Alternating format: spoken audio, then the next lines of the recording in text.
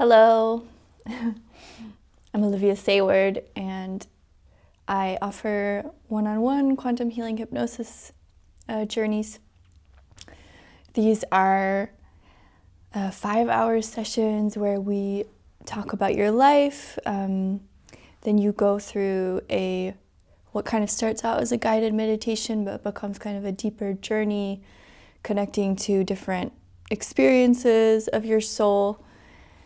And then we have a part where we connect to your higher self for guidance around your life, any questions that you may have about your life, what you're going through at the moment, receiving new energies or insight that you might need at this time.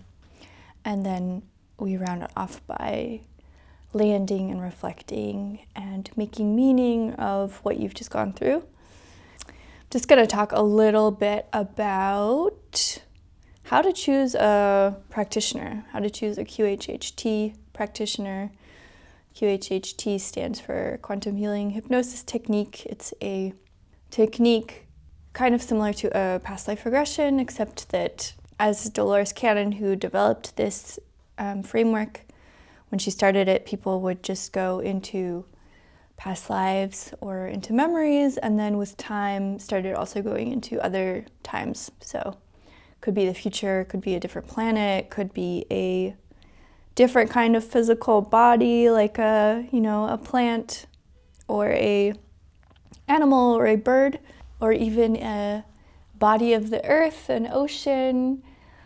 So lots of different possible experiences. Yes, so I'm going to talk about how to pick your practitioner, because there's like a whole portal with all the different practitioners on it.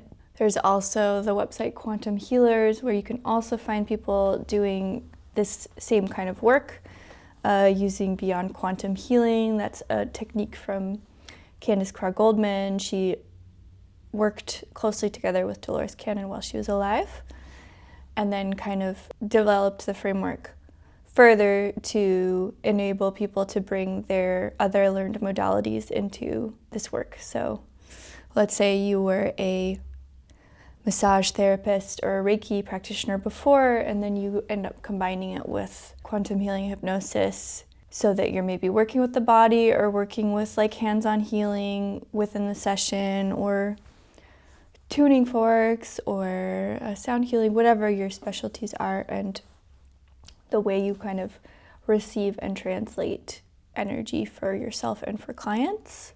I would say one thing that is important when you're picking someone is, first of all, do you feel, and this is definitely the most important, do you feel a resonance with this person? Do you feel a recognition? Do you feel an intuitive impulse or a hit to look deeper into their website, their offerings, like what they are about? So biggest way to choose is definitely the body. The body, the feeling, the nudges that you get. That's the best way to find someone. Then I would say what's also very helpful is to look at whether they have other experience as well. If they're just going into information about QHHT, or whether they have also got experience from other sources. For example, I did the QHHT training, I did the Beyond Quantum Healing training, but I still felt like I needed some more tools to deal with certain situations, whether that was traumatic past experiences or other energetic experiences, or just like things that weren't covered by the QHHT training, which is very, the QHHT training is very broad, very detailed. Broad and detailed, that's kind of like the opposite. But yeah, it is both things. It's broad, it gives you a great broad overview. It gives you a lot of details into certain areas. But I feel like it's important, whether you are a practitioner, whether you are a teacher. There's certain roles that we step into in life where it's important to have a lot of good experiences, or just even life experience.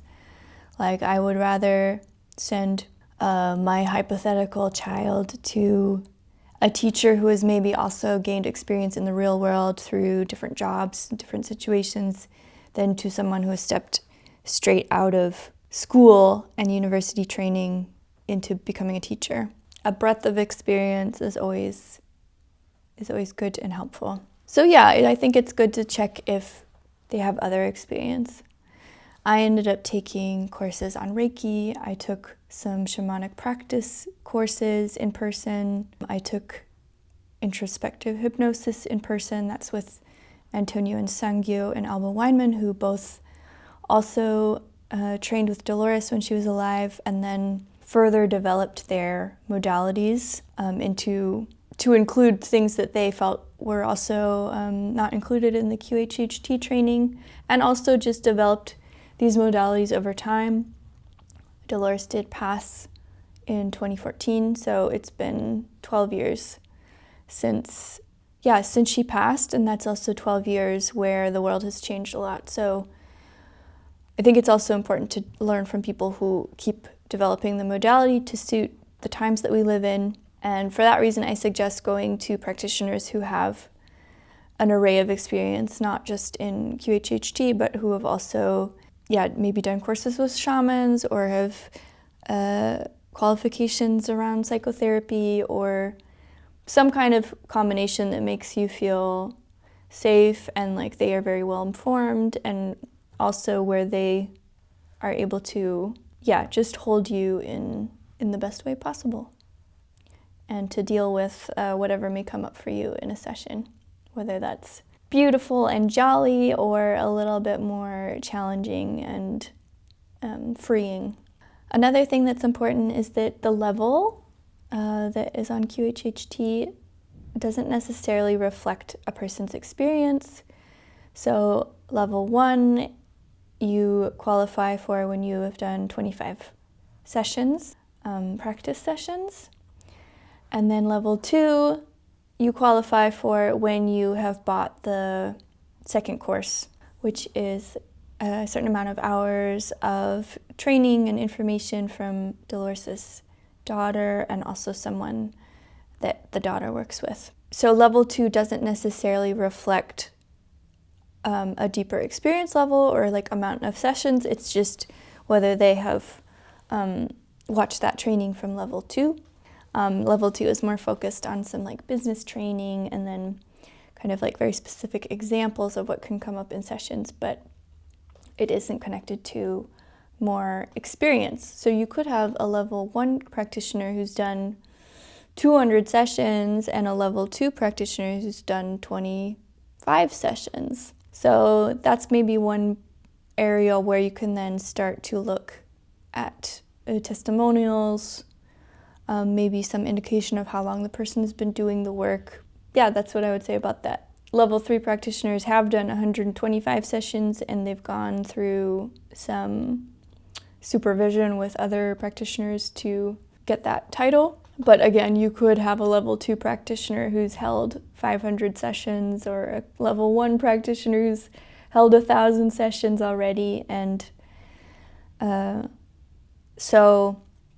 again, that's another reason why it's good to hone in on your intuition to see whether the person has other experience and see what kind of testimonials they have.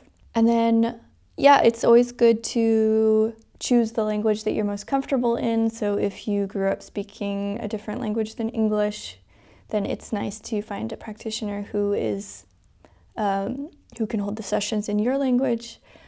But also some people feel more connected to English than to their original language or find it easier to communicate about kind of more spiritual, ethereal topics in English. So that's just up to you.